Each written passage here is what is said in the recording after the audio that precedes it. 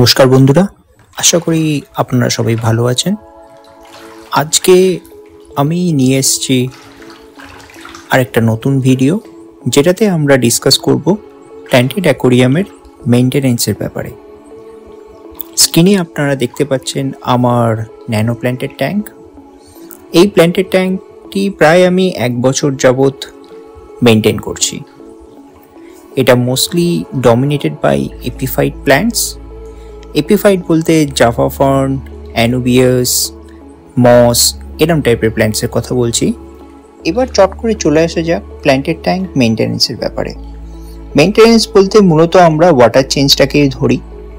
তো কখন water change করব, এটা মূলত আমি বিচার করি ট্যাঙ্কের টিডিএস রেটিং দিয়ে।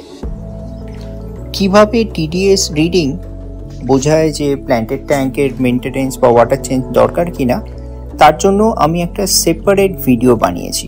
আমি তার লিঙ্ক ডেসক্রিপশানে দিয়ে দেবো।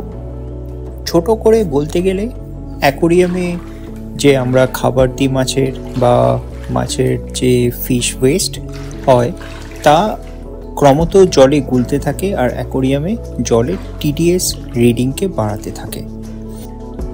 যে কোনো সাকসেসফুল অ্যাকোরিয়াম মেনটেন করতে গেলে আপনাকে সবসময় খেয়াল রাখতে হবে যে অ্যাকোরিয়ামের জল যেন একদম প্রিস্টিন বা শুদ্ধ থাকে।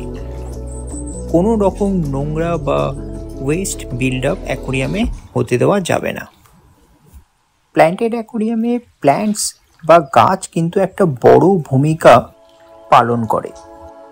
গাছ মূলত বিভিন্ন রকমের পলিউট্যান্টস অ্যাকোরিয়াম থেকে শুষে নিয়ে অ্যাকোরিয়ামের জলকে ক্রিস্টাল ক্লিয়ার বা পরিশুদ্ধ রাখে।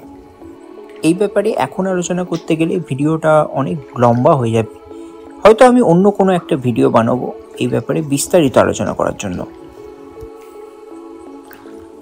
আমরা আমাদের প্ল্যান্টেড ট্যাঙ্ক মেনটেনেন্স শুরু করি ট্রিমিং দিয়ে। ট্রিমিং অর্থাৎ যে গাছের পাতাগুলো রুগ্ন বা হলদে হয়ে আছে সেগুলোকে কেটে বাদ দেওয়া, আর এর সাথে সাথে ওভারঅল প্ল্যান্ট মাস বা গাছের পাতাগুলো কেটে একটু শিথিল করে দেওয়া, যাতে অ্যাকোরিয়ামের আলো নিচের গাছ পর্যন্ত সহজে পৌঁছাতে পারে। এরপরে আমি যেটা করি সেটা হলো সাইফন করে কিছুটা পরিমাণ জল অ্যাকোরিয়াম থেকে বার করে দিই। এর কারণ হলো যখন আমি অ্যাকোরিয়ামে হাত ঢুকিয়ে কাজ করব তখন যেন জল উপচে না পড়ে। পরবর্তী পদক্ষেপ হলো অ্যাকোরিয়ামের গ্লাস পরিষ্কার করা। এটার জন্য আমি সাধারণত একটা আনইউজড ক্রেডিট কার্ড ব্যবহার করে থাকি। বাজারে বিভিন্ন রকমের স্ক্রাবার পাওয়া যায়, কিন্তু আমি ক্রেডিট কার্ডই ইউজ করি। এতে ট্যাঙ্কের স্ক্র্যাচ পড়ার সম্ভাবনা অনেক কম থাকে। পরবর্তী পদক্ষেপ হলো সাইফন করে জল চেঞ্জ করা। আমি সাজেস্ট করব ন্যানো প্ল্যান্টেড ট্যাঙ্কের ক্ষেত্রে 50 থেকে 60% বেশি জল আপনি একবারে চেঞ্জ যেন না করেন।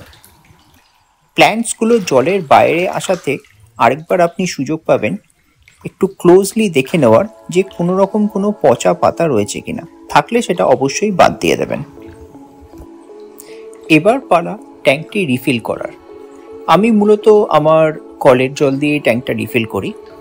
রিফিল করার সময় অবশ্যই খেয়াল রাখবেন যে ট্যাঙ্কের টেম্পারেচার আর যে জল দিয়ে রিফিল করছেন তার টেম্পারেচার যেন খুব একটা ডিফারেন্ট না হয়।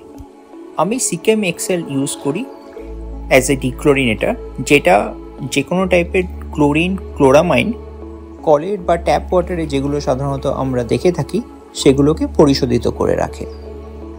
আপনি যদি স্টার ওয়ার্সের ফ্যান হন তাহলে বলতে পারবেন এই দুটো খেলনা কিসের, যেটা আমি অ্যাকোরিয়ামের পাশে রাখছি। কমেন্ট সেকশনে আপনাদের উত্তরের অপেক্ষায় থাকব। এবার আমি আপনাদের নিয়ে যাব ঠিক 6 মাস আগে, যখন আমি এই প্ল্যান্টেড ট্যাঙ্কটা রিস্কেপ করেছিলাম। তখন ট্যাঙ্কটা ঠিক এইরকম দেখতে লাগতো, আর আজকের দিনে এই মেনটেনেন্স করার পর ঠিক এইরকম দেখতে লাগছে প্ল্যান্টেড ট্যাঙ্কটাকে। এবার আমি কিছু সিনেম্যাটিক শর্টস দিয়ে রাখবো, যেটা আপনারা আশা করি এনজয় করবেন। আমি এই ছোট্ট ভিডিওটা বানালাম প্ল্যান্টেড ট্যাঙ্কের মেনটেনেন্স মূলত কিভাবে করা যায় সেটা বোঝানোর জন্য। আপনাদের কি মতামত অবশ্যই সেটা কমেন্ট সেকশনে জানাবেন। আবার অন্য একটা ভিডিওতে দেখা হবে আপনাদের সাথে। ততদিন পর্যন্ত ধন্যবাদ।